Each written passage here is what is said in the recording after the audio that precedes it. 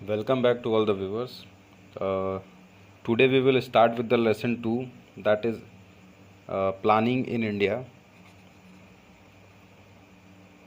Planning in India, और इसका हम लोग गोल्स एंड अचीवमेंट्स वगैरह देखेंगे इस चैप्टर में कि क्या क्या गोल्स रहे हैं अपने प्लानिंग के और क्या अचीवमेंट्स हुए हैं। ये सारा कुछ जो है हमारा टॉपिक हो जाएगा इस वीडियो में। अब हम बात करते हैं, सबसे पहली बात तो इकोनॉमिक प्लानिंग का मतलब क्या होता है। तो इकोनॉमिक प्लानिंग का मतलब होता है, इकोनॉमिक प्लानिंग या प्लानिंग क्या होती है, तो क्योंकि ये हमारे देश के लिए प्लान कर रहे हैं तो इसको हम इकोनॉमिक प्लानिंग कहते हैं। किसी भी इकोनॉमी के लिए प्लान बनाने को इकोनॉमिक प्लानिंग कहते हैं। मतलब होता है कि जो कंट्री में, यानी ये हो सकता है it means utilization of country's resources, यानी हम जो देश में अवेलेबल रिसोर्सेज हैं उसको हम यूटिलाइज करेंगे in different development different development activities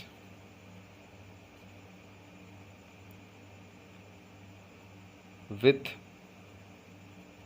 national priorities.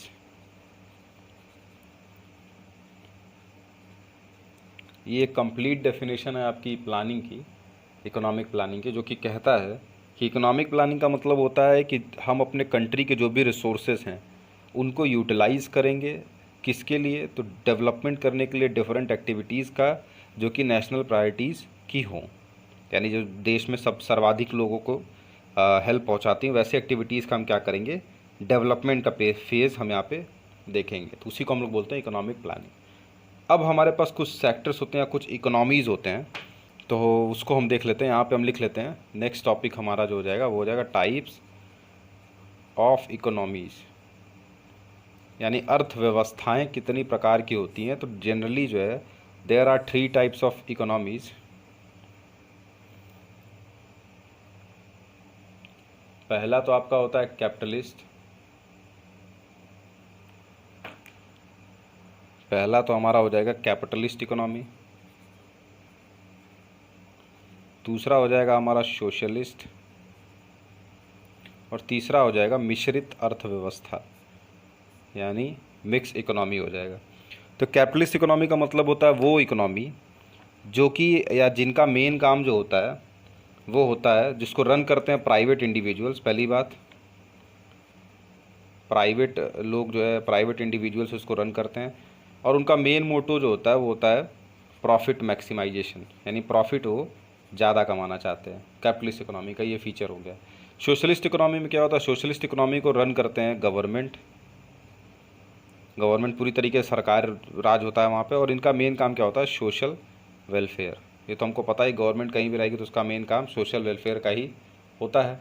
उसके बाद आता है हमारा तीसरा अर्थ होता है जिसको बोलते हैं मिक्स इकोनॉमी। मिक्स इकोनॉमी में क्या होता है, यहाँ पे प्राइवेट प्लस गवर्नमेंट, ये पीवीटी प्राइवेट का शॉर्ट फॉर्म है, प्राइवेट प्लस गवर्नमेंट, और यहाँ दो मोटो भी हो जाएगा, वो भी क्या हो जाएगा, दोनों प्लस करके हो जाएगा, यानी प्रॉफिट मोटो भी हमारा रहेगा और सोशल वेलफेयर भी रहेगा, दोनों मोटो हमारा यहाँ पे जुड़ जाएगा। तो ये 3 टाइप्स के इकोनॉमीज़ होते हैं। अगर डेफिनेशन अब हम देखेंगे तो काफ़ी बड़ा बड़ा सा डेफिनेशन है। वहाँ पे हो जाएगा कि capitalist economy are those economy which are run by private individuals whose main motive is of earning profit. ये हो जाएगा हमारा कैपिटलिस्ट का, जैसे एग्जांपल में यूएसए वगैरह हो गया। उसके बाद सोशलिस्ट इकोनॉमी में क्या होता है, सोशलिस्ट इकोनॉमी का मतलब होता है those economy which are owned, managed and controlled by government officials whose main motive is of social welfare.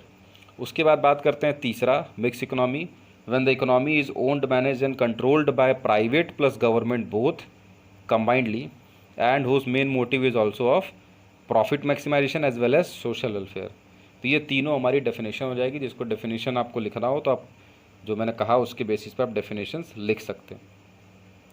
उसके बाद हम बात करते हैं, ये तो हो गया हमारा डेफिनेशन वाला पार्ट और इकोनॉमिक प्लानिंग वाला पार्ट। नेक्स्ट पार्ट हम देख लेते हैं कि ऑब्जेक्टिव्स वगैरह जो होते हैं, कोई भी लॉन्ग पीरियड और शॉर्ट पीरियड जो गोल्स बनते हैं, तो उनके बारे में थोड़ा सा हम डिस्कस कर लेते हैं कि क्या होते हैं वो सारा कुछ।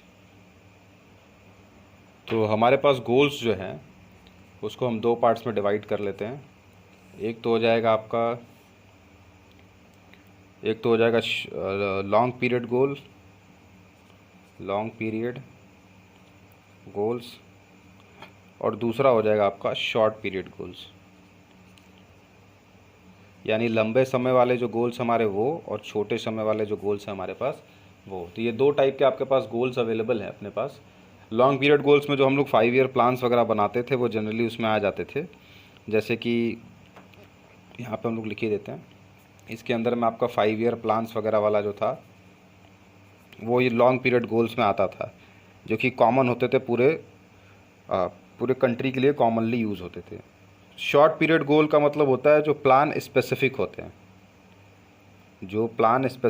हैं, वो होते हैं शॉर्ट पीरियड गोल। यानी कि जैसे हम किसी एक पर्टिकुलर लॉन्ग पीरियड गोल को पूरा करने के लिए शॉर्ट पीरियड गोल का सहारा लेते हैं, तो वो हमारा शॉर्ट पीरियड गोल्स कहलाता है। जैसे कि मान लीजिए आपका मेन मोटो है कि आप 5 सालों में अपने एजुकेशन लेवल को बढ़ाएंगे, तो छोटे छोटे प्लान बनाने पड़ेंगे हमको, यानी कि स्कूल कॉलेज डेवलप कराना पड़ेगा और तमाम चीज़ें जो हैं। तो लॉन्ग पीरियड गोल मतलब आपका हो गया कि जो लिटरेसी रेट बढ़ानी है, एजुकेशन डेवलपमेंट करना, और शॉर्ट पीरियड गोल्स में क्या होगा कि स्कूल कॉलेज खुलवाना है। फिर आपको जो लोअर डिवीज़न के लोग, जो बीपीएल कैटेगरी के लोग हैं, उनको आप जागरूक करना, ये सारी चीज़ें हमारी जो हो गई वो हो गए शॉर्ट पीरियड गोल्स के अंदर में आ जाएगा। तो एक एक करके हम लॉन्ग पीरियड गोल्स को पहले देख लेते हैं, फिर शॉर्ट पीरियड गोल्स को हम देख लेंगे। तो सबसे पहली बात तो लॉन्ग पीरियड गोल्स के अंदर में क्या क्या चीज़ें आती हैं वो देख लेते हैं हम लोग। लॉन्ग पीरियड गोल्स, अब लॉन्ग पीरियड गोल्स में क्या क्या चीज़ें हैं उसके बारे में थोड़ा सा डिस्कस कर लेते हैं। सबसे पहली बात तो हमारा है ग्रोथ। सबसे पहला जो हमारा होता है planning in India focuses on 5 long period goals और ऑब्जेक्टिव्स, जो कि क्या क्या है वो हम देख लेते हैं। 5 हैं हमारे पास। जैसे पहला तो हमारा है ग्रोथ। अब ग्रोथ भी जो होगा, इसमें भी होगा कि दो टाइप के ग्रोथ होगा, एक तो इंक्रीज़ इन जीडीपी और दूसरा इंक्रीज़ इन पीसीआई। पीसीआई का मतलब होता है पर कैपिटा इनकम, या पर कैपिटा हम पीसी जीडीपी लिख देते हैं, यानी इसको हम लिख देते हैं पर कैपिटा जीडीपी।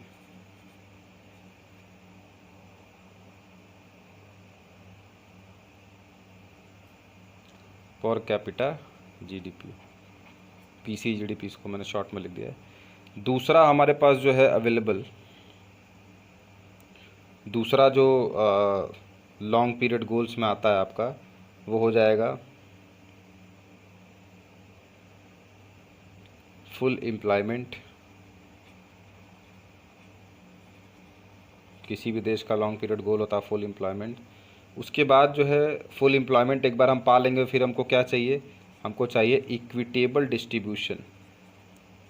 इक्विटेबल डिस्ट्रीब्यूशन, जिसको अदरवाइज़ हम इक्विटी भी कह सकते हैं, कि समांतर सामान होना चाहिए सारा कुछ। मतलब जो लोग हैं, जैसे सोसाइटीज़ हैं, सारी सोसाइटीज़ लगभग सामान हो। उसके बाद हमको चाहिए मॉडर्नाइजेशन। मॉडर्नाइजेशन ये हमारा चौथा हो गया। और पांचवा हमारा यहाँ पे हम देख लेंगे, वो हो जाएगा आपका मॉडर्नाइजेशन, हमारा चौथा हो गया।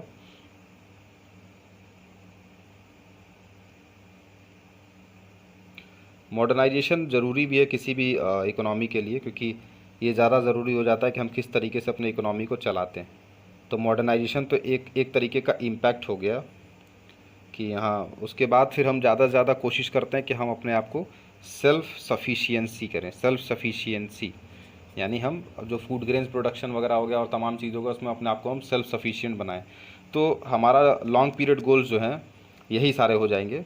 जैसे एक एक करके हम देख लेते हैं। सबसे पहली बात तो हम देख लेते हैं ग्रोथ के बारे में, कि ग्रोथ वाला जो बात है, ग्रोथ में हमने दो चीज़ें बताई हैं। पहला तो ग्रोथ है इन टर्म्स ऑफ जीडीपी, और दूसरा है आपका increase in per capita income, या increase in per capita GDP के बारे में। तो सबसे पहली बात तो हमारा ये जानना ज़रूरी है कि यहाँ पे जो ग्रोथ वाला रखा गया है वो क्या है। तो growth in terms of increase in GDP का मतलब, जीडीपी का मतलब आपको पता होगा, जीडीपी का मतलब होता है ग्रॉस डोमेस्टिक प्रोडक्ट, और इसको डिफाइन किया जाता है, it is the total market value of goods and services produced with in the domestic territories of a country during a accounting year और ड्यूरिंग अ पर्टिकुलर ईयर। तो ये आपका GDP का डेफिनेशन हो गया। अब इंक्रीज इन जीडीपी से ये शो होता है कि गुड्स एंड सर्विसेज ज़्यादा प्रोड्यूस हुए किसी देश में, डैट मीन्स कि मूवमेंट ऑफ जो कैपिटल है वो ज़्यादा अच्छे से हो रहा है। तो इसलिए इसको हम लोग लेते हैं, यानी कि ये जो इंडेक्स होता है, index of increase in the overall level of economic activity, अगर जीडीपी हमारा बढ़ रहा है तो हम ये मान लेते हैं कि ये इंडेक्स माना जाता है कि ओवरऑल ग्रोथ हो रहा होगा हमारे इकोनॉमी में, क्योंकि जीडीपी बढ़ेगा तो गुड्स एंड सर्विसेज ज़्यादा प्रोड्यूस होंगी। जब गुड्स एंड सर्विसेज ज़्यादा प्रोड्यूस होंगी तो उसके बेसिस पे क्या होगा, उसके बेसिस पे यानी कि एम्प्लॉयमेंट ज़्यादा हुआ होगा, एम्प्लॉयमेंट ज़्यादा हुआ होगा तो कैपिटल फॉर्मेशन अच्छे पेस पे हुआ होगा। तो ये सारा कुछ हमारा उसमें आ जाएगा। उसके बाद हमारा जो है पर कैपिटा जीडीपी जो होता है, इसका फॉर्मूला होता है, यहाँ मैं लिख दे रहा हूँ, is equal to, per capita GDP लिखा ही है, is equal to GDP upon total population. ये हमारा पर कैपिटा जीडीपी का फॉर्मूला हो जाएगा, जीडीपी अपॉन टोटल पॉपुलेशन। यानी जितना जीडीपी हमारा निकला है और टोटल पॉपुलेशन कितना, उससे जब हम डिवाइड कर देंगे तो हमको पता चल जाएगा पर कैपिटा जीडीपी। पर कैपिटा जीडीपी क्या बताएगा कि पर पर्सन, यानी जीडीपी में गुड्स एंड सर्विसेज की मॉनेटरी वैल्यू बता दिया गया साल भर में जो भी प्रोड्यूस किए गए हमारे इकोनॉमी में। अब पर कैपिटा जीडीपी बताएगा कि उस पूरे जीडीपी में से पर पर्सन किसका कंट्रीब्यूशन रहा है टोटल जीडीपी में। तो ये अगर हम पता लगेंगे तो काफ़ी इंपॉर्टेंट चीज़ हमको पता चल जाएगा कि अगर जीडीपी आपका इंक्रीज़ इन जीडीपी जो होगा वो इनइफेक्टिव हो सकता है कभी कदार, अगर पॉपुलेशन आपका बहुत ज़्यादा है। सोचने वाली बात है, अगर हमारा जीडीपी जो है काफ़ी जीडीपी बढ़ रहा हो लेकिन उसके रिस्पेक्ट में जो है पॉपुलेशन ज़्यादा तेज़ी से बढ़ रहा हो तो फिर जीडीपी का खास इफेक्ट नहीं पड़ता क्योंकि स्टैंडर्ड ऑफ लिविंग पीपल की जो होती है वो एक समय के बाद जो है डिक्लाइन कर जाती है। तो इस वजह से ये, लेकिन अगर आपका जो है पर कैपिटा जीडीपी बढ़ रहा है, दैट मीन्स कि स्टैंडर्ड ऑफ लिविंग पीपल का जो है वो काफ़ी तेज़ी से इंक्रीज़ कर रहा है। तो ये तो हो गया हमारा इसके लिए। दूसरा हम देख लेते हैं, हमारा जो है दूसरा फुल एम्प्लॉयमेंट की बात कीजिए। तो फुल एम्प्लॉयमेंट का मतलब होता है, फुल एम्प्लॉयमेंट का मतलब पूर्ण रोजगार। पूर्ण रोजगार का मतलब होता है जो लोग काम करने के इच्छुक हैं, those who are willing to do the work get the work, तो उसको बोलते हैं फुल एम्प्लॉयमेंट। यानी वॉलंटरी अनएम्प्लॉयमेंट ना हो, ठीक है, सॉरी इनवॉलंटरी अनएम्प्लॉयमेंट ना हो, क्योंकि जो लोग काम करना चाहते हैं उनको हम काम दे सकते हैं, जो काम ही नहीं करना चाहते उनको हम काम नहीं दे सकते। तो जैसे लोग अगर वैसे लोग अगर हैं हमारे पास जो काम करना चाहते हैं, हमने उनको पूरा वर्क प्रोवाइड कर दिया, दैट मीन्स कि वो हमारा फुल एम्प्लॉयमेंट लेवल है। फुल एम्प्लॉयमेंट लेवल के बाद भी अनएम्प्लॉयमेंट होता है उन लोगों का जो काम ही नहीं करना चाहते। तो ऐसा नहीं कि फुल एम्प्लॉयमेंट का मतलब जीरो अनएम्प्लॉयमेंट नहीं होता। फुल एम्प्लॉयमेंट का मतलब होता है कि that means there are the persons who want to do the job get the job, otherwise some of them are also those who do not want to do the job, तो उनकी अलग category है।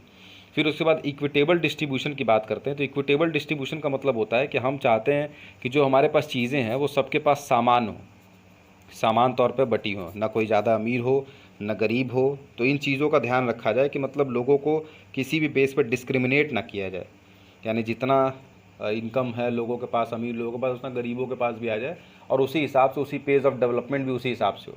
जैसे कि हमारे यहाँ क्या है, हमारे यहाँ अनइक्वल डिस्ट्रीब्यूशन होता है। जैसे अब किसी स्टेट्स में हम देखते हैं वहाँ पे जो है गरीबी ज़्यादा है, इलिटरेसी ज़्यादा है, किसी स्टेट्स में लिटरेसी बहुत ज़्यादा है।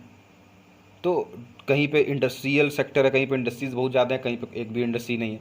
तो इसी को बोलते हैं अनइक्विटेबल डिस्ट्रीब्यूशन। तो हमको क्या करना है एज अ गवर्नमेंट, हम अपने जो लॉन्ग पीरियड गोल्स होंगे उसमें हमने ये करना है कि जो इस टाइप के चीज़ें हैं, यानी जो इक्विटेबल डिस्ट्रीब्यूशन है, जो अनइक्वल चीज़ें हैं उसको हम इक्विटेबल डिस्ट्रीब्यूशन बनाएंगे। और जहाँ पे इंडस्ट्रीज़ कम है वहाँ इंडस्ट्रीज़ लगवाना, जहाँ पे आपके जो है एजुकेशन रेट कम है वहाँ पे एजुकेशन रेट को इम्प्लीमेंट करना, ये सारा कुछ हमारा इसमें देखेंगे। उसके बाद हमारे पास नेक्स्ट जो है वो है मॉडर्नाइजेशन।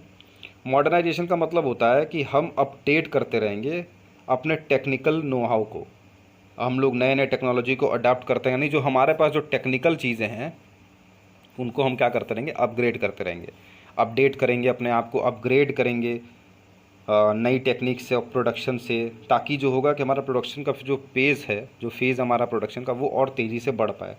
और मॉडर्नाइजेशन की वजह से जो है एम्प्लॉयमेंट जनरेशन भी होता है। तो कभी कदार ये होता है कि हम ये नहीं समझ सकते कि मॉडर्नाइजेशन हो रहा है तो एम्प्लॉयमेंट बढ़ ही रहा होगा।